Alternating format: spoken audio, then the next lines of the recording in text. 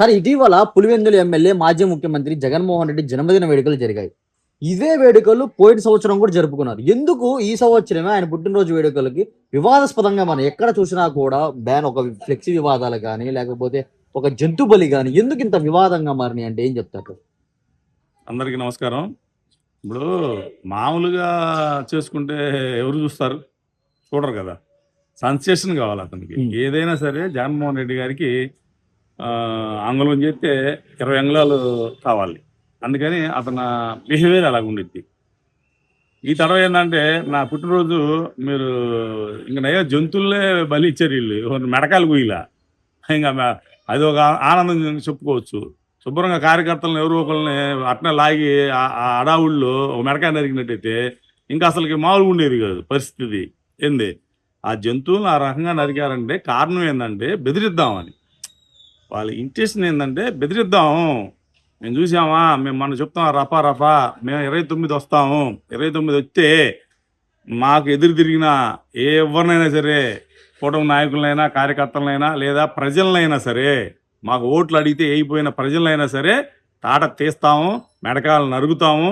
ఈ పొట్టేళ్ళు కనుక ఎట్టయితే నరికామో అదే పొజిషన్లో మీరు కూడా ఉంటారని చెప్పని హెచ్చరికగా వాళ్ళు చేసిన పని అది. కానీ జగన్మోహన్ రెడ్డి గారు ఒకటి తెలుసుకోవాలా, ఇది ప్రజాస్వామ్యం. ఈ ప్రజాస్వామ్యంలో రాజ్యాంగ వ్యవస్థ ఎప్పుడో అంతరించిపోయింది. బాబాసాహెబ్ అంబేద్కర్ గారితో పాటు 300 మంది కలిసి కూర్చొని కష్టపడి రెయిన్బోలు కొన్ని సంవత్సరాలు తయారు చేసినట్టు రాజ్యాంగంతో మనం నడుస్తుంది మన భారతదేశంలో. భిన్న మతాలు, భిన్న సంస్కృతులు, భిన్న ఆలోచనలు, ఎవరైనా ఏదైనా మాట్లాడుకోవడానికి స్వేచ్ఛ స్వతంత్రాలు గల్ల పుణ్యభూమి మన భారతదేశం. ఈ భారతదేశంలో నువ్వేదో వచ్చి 29లో వస్తాను, నేను నాకు ఎదురు తిరిగిన వాళ్ళందరినీ నేను వరుసపెట్టి నరుగుతాను అని చెప్పనని అనే విధంగా మీ నాయకులు కార్యకర్తల చేత మీరు చేసి ఆ మూగజీవాలని హింసతో చంపి ఆ రక్తాన్ని దోషులతో పట్టి నీ మొక్కాన్న చిమ్మేశారంటే నువ్వు సిగ్గుపడాల. అలాంటి వాళ్ళని నువ్వు సస్పెండ్ చేయలేదంటే నువ్వు నిజంగా పార్టీ ఉండటానికి, నీ పార్టీ ఉండటానికి అర్హత లేదు. నువ్వు పార్టీ నాయకుడు అని చెప్పుకోవడానికి అర్హత లేదు. రాజశేఖర బిడ్డగా చెప్పుకోవడానికి నీకు అర్హత లేదు. ఏంది నువ్వు నిజంగా మానవత్వం ఉండడం అయితే అలాంటి పనులు చేసిన వాళ్ళు ఈ పార్టీకి సస్పెండ్ చేసి ఉండాల్సిందని చెప్పని జగన్మోహన్ రెడ్డి గారిని నేను నిలదీస్తా ఉన్నాను. సరే ఇటీవల బుల్లితెరలో బిజీగా అయిన రోజా గారు ఈ మధ్య బయటకు వస్తా జగన్మోహన్ రెడ్డి గారి వేడుకల్లో రప్ప రప్ప అంటూ సైగలు చేయడం ఏంటి, దేనికి సంకేతం అంటారు? ఇప్పటి వరకు బుల్లితెరలో బిజీగా అయిపోయి మళ్ళీ ఒక్కసారిగా జగన్మోహన్ రెడ్డి వేడుకలకు వచ్చి ఇలా రెచ్చగొడతామని ఎందుకు వీళ్ళు ఒక మాజీ మంత్రులుగా చేశారు, ఎమ్మెల్యేలుగా చేశారు, ఒక హుందాతనంగా వ్యవహరించకుండా ఎందుకు ఇలా ప్రవర్తిస్తున్నారంటారు వీళ్ళందరూ? ఇప్పుడు ఆ రోజా మాట్లాడేదానికి అర్థం పరమార్థం ఏముండదు. ఒక ఆడ మనిషిలాగా బిహేవియర్ ఎప్పుడు చేసిందంటావు? ఎప్పుడు చేయలేదు కదా. రోజా అటుడిగా తనంతో చేస్తూ ఉంటుంది.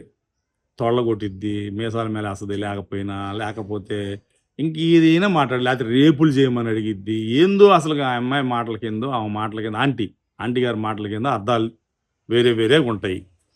సరే ఏదేమైనా ఒక ఆడ మనిషి మనం ఏమైనా గట్టిగా మాట్లాడాలంటేనేమో కొద్దిగా ఇబ్బందికరంగా ఉంటుంది. కానీ ఆమె మాట్లాడే వేషాలు చూస్తేనేమో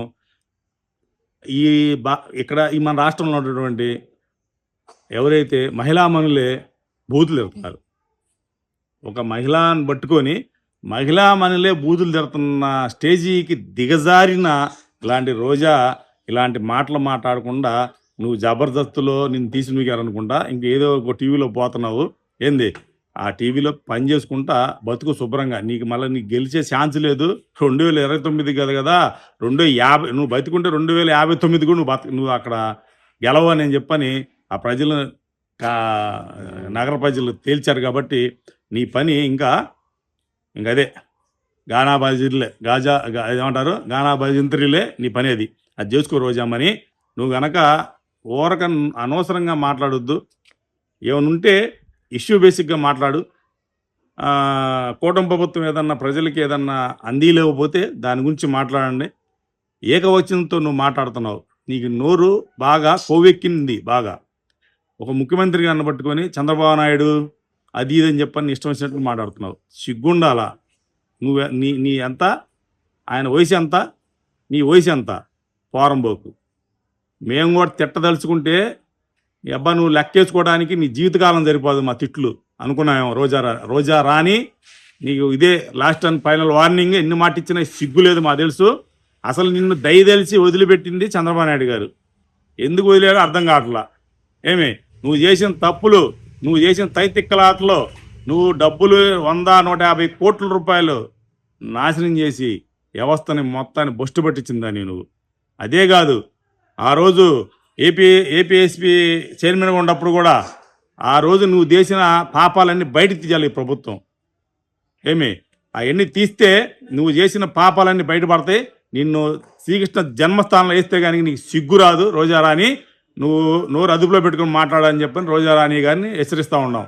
ఈ వీడియో నచ్చితే లైక్ చేయండి. అలాగే మా ఛానల్ ని ఫస్ట్ టైం కనుక చూస్తున్నట్టయితే ఇప్పుడే సబ్స్క్రైబ్ చేసుకుని పక్కనే ఉన్న గంట సింబల్ ని యాక్టివేట్ చేసుకోండి. అప్పుడే మేము పెట్టే ప్రతి వీడియో మీకు నోటిఫికేషన్ గా వస్తుంది. అలాగే ఈ వీడియో పూర్తిగా చూసినందుకు ధన్యవాదాలు.